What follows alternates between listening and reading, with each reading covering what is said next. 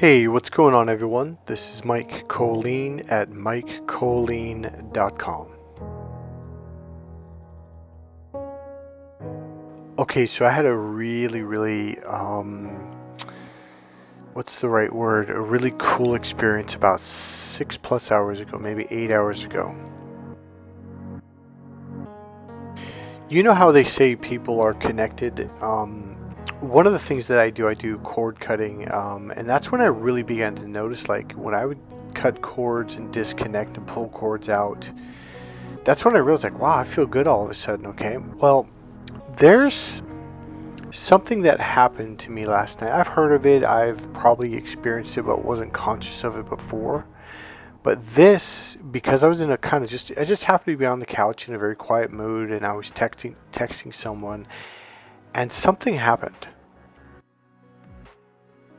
So I would say 6 months ago, maybe a little bit more, I started seeing someone, a young lady, very, very cool, very just sweet, kind, gentle, and just really opened my heart. Now, something had happened to her about 4 months ago. I don't want to go into it right now. It was very severe, something.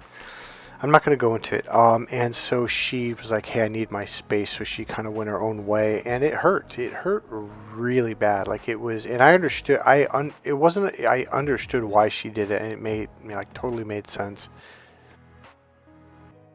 But damn, it hurt. And I've been kind of struggling with that for about 4 months now. When I say hurt, I mean it hurt my solar plexus the whole time, day and night. Wake up, go to bed. It was, and I knew, I was like, this is her feelings. This is her emotions. I'm feeling what she's going through, because other than that, there was nothing. My life for the most part was going pretty good. Now, the one thing I noticed, it was affecting my videos and everything, social media posting. My emotions were just not in the right place. You guys ever hear about, I think they call it like a red string or red cord that connects two people? No matter what you do, you're always going to have that connection. Well, I've heard about it, known about it for a long time, but this was the first time I would say I've had some very conscious experience of it. Alright, so okay, I'm going to rewind a little bit. So I was going through that whole narcissist abuse thing, the stalking, the gang stalking, everything. It started about 6 years ago and ended. And funny thing is, I'm very conscious of when it ended. It was last year, January. There was just a sense like it's over, it's done. And then something else did, but it was a separate group of people. Something else happened after that, but that was not that big of a deal.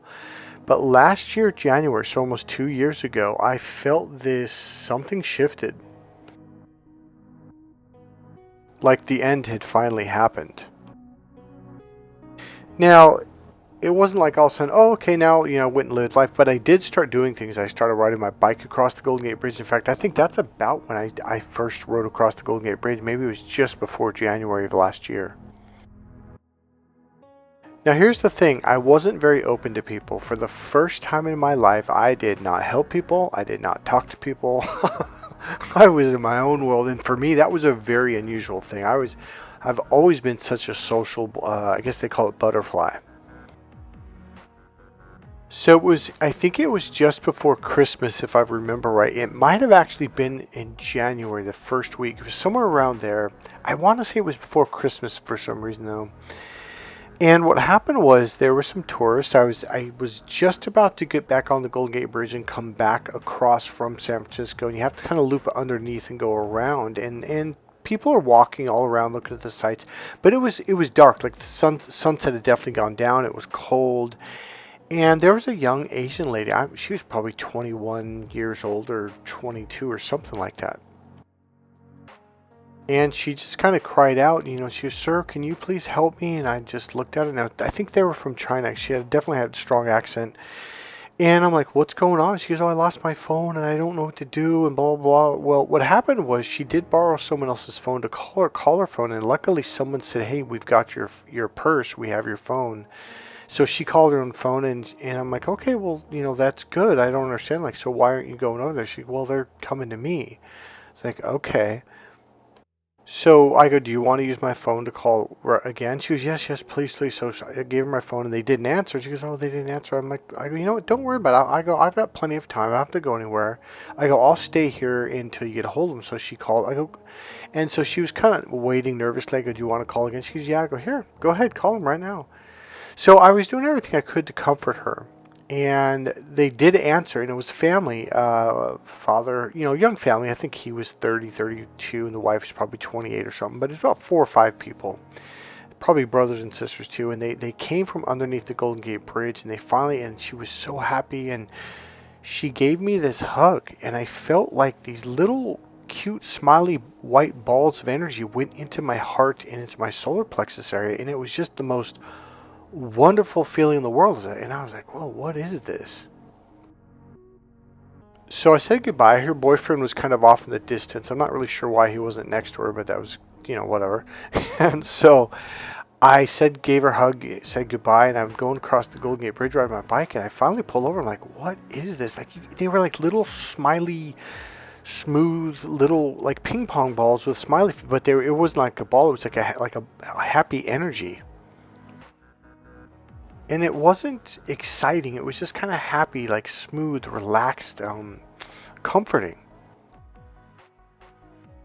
Well, I didn't quite realize it at the time, but it kind of, in a very small way, got me to kind of break out of my own shell, to kind of interact with people a little bit. Because I hadn't felt that kind of energy in a long time. And so it prepared me to meet this other person, this other young lady. And if it wasn't for that, I know I wouldn't have opened up to this person. I would have just been a stonewall. Stonewall. I was just stonewalled everyone for years. Alright, so I meet this other young lady, and we kind of talked once and then talked another time. Then she invited me to go to the store with her, walk around and buy stuff, whatever. She was grocery shopping. And it was really nice. But I was still pretty kind of, had my shield up a bit. So then I went there, and I was actually driving by, or right. It was on my bike, riding my bike by, and she happened to be outside of where she worked, and she was talking to someone. And then out of nowhere, she kind of stopped and looked over at me, and she smiled.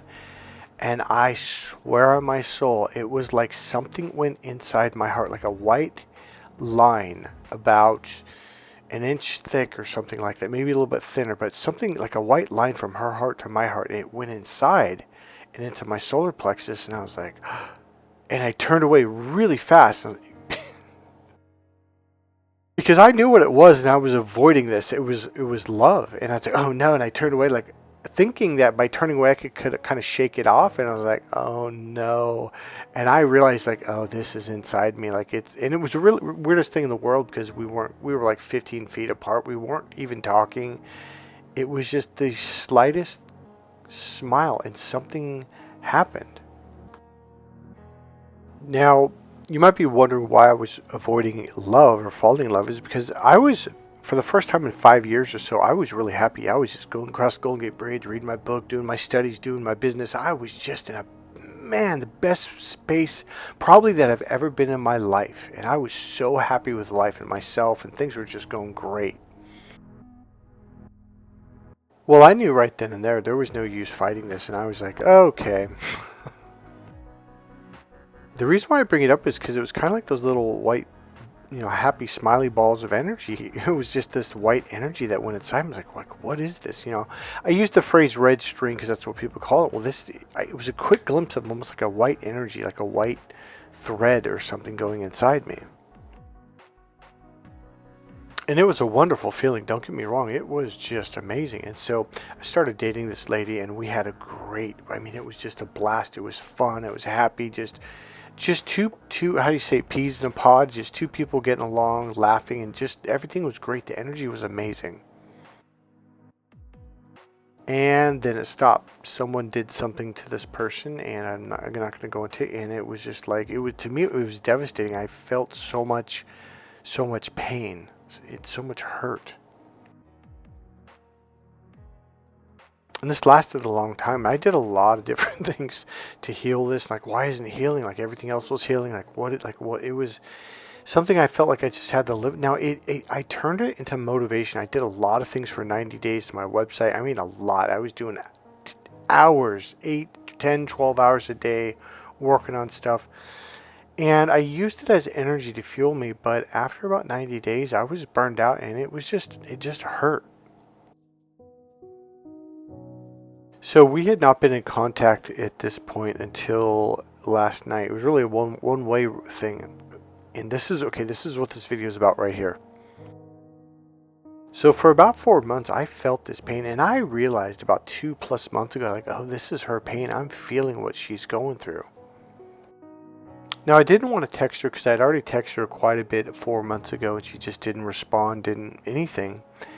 And I finally gave up, and man, it hurt. Like, man, especially the part of her not responding.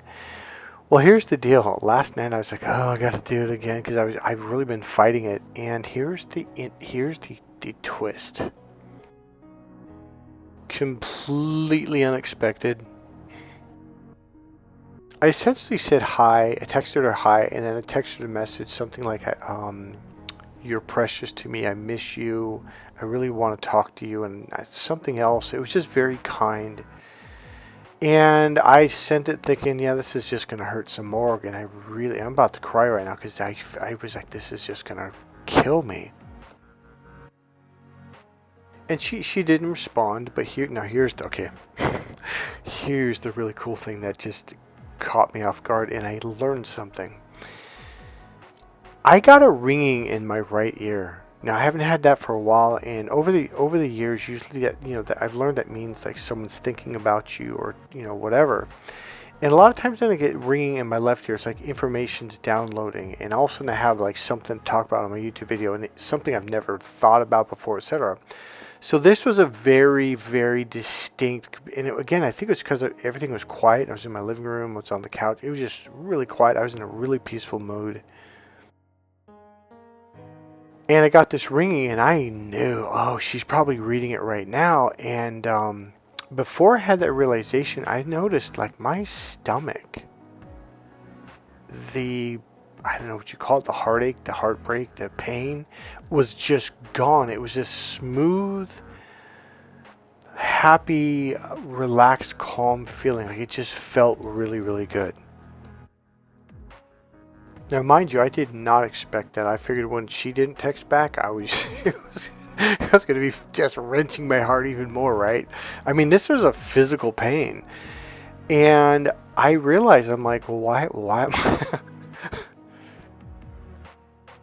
why am I so happy? Like, why am I feeling so good? Because I am telling you, in the past, I was not feeling good. Every time I texted, it got worse. And I'm like, what is that? I'm like, oh. My text message made her happy because I hadn't texted her. I think it's been about almost 4 months. And it dawned on me, because it made her happy, that connection we have, I'm feeling that. So to be that conscious of feeling someone else's energy is, I'm not sure, it's like an advancement in my learning about energy healing, connections, etc. Another thing that dawned on me, I even texted her. How did I say it? Let me see. Hold on. I essentially said, "Oh my God, I feel so much better." I go, "You feel better, don't you?" And I said something. I go, "We are connected." Okay, here's what I said. I said, "So all I had to do was make you feel better, and now I can feel better." So that was kind of I think that was a very interesting or unique understanding.